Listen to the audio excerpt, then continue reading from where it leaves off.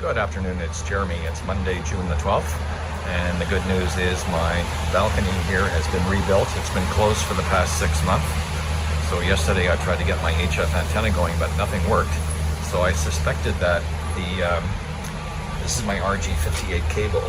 It's been stored in a bag close to the wall there for the past 6 months. So I suspect it's been, something's going on with it. So what I did was, I noticed that the PL259 was covered with aluminum dust and dirt. So I used an emery board, I filed it off, and I'm just going to measure the DC open circuit impedance. And then I tried shorting it, but I really need a connector in there to get good conductivity. So I'll put a 50 ohm termination, I'll measure the DC resistance, and then we'll do a sweep to see what's going on. So let's go inside.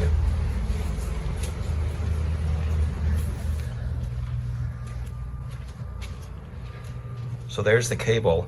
I've also got an adapter here from PL259 to PL259.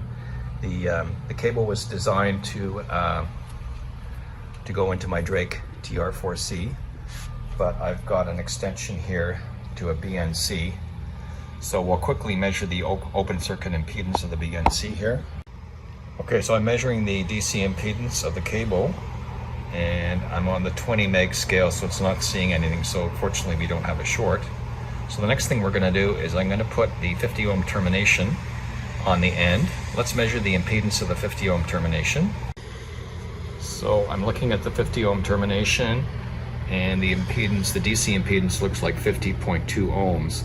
So I'm going to put that on the antenna end of the cable, and we can measure the DC resistance of the cable and the termination. Okay, so now I'm measuring the DC impedance of the cable. I've got the termination on the other end. So we're seeing about 51.0 ohms.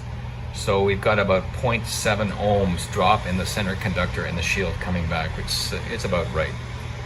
So now what I'm doing is I've attached the cable to the NanoVNA. First I set up the NanoVNA to sweep from 100 kilohertz to 30 megahertz, and then I calibrated it with the open, the short, and the 50 ohm termination. And so this is what we're seeing. Looks like the SWR is less than about 1.3. It's got some humps in there, not great. The cable outside, the RG58, is about 20 years old, and the PL259s were soldered about 20 years ago, so it could probably be replaced and get that down, but at least there's no open circuits or short circuits in the cable, so it's working sort of, more or less.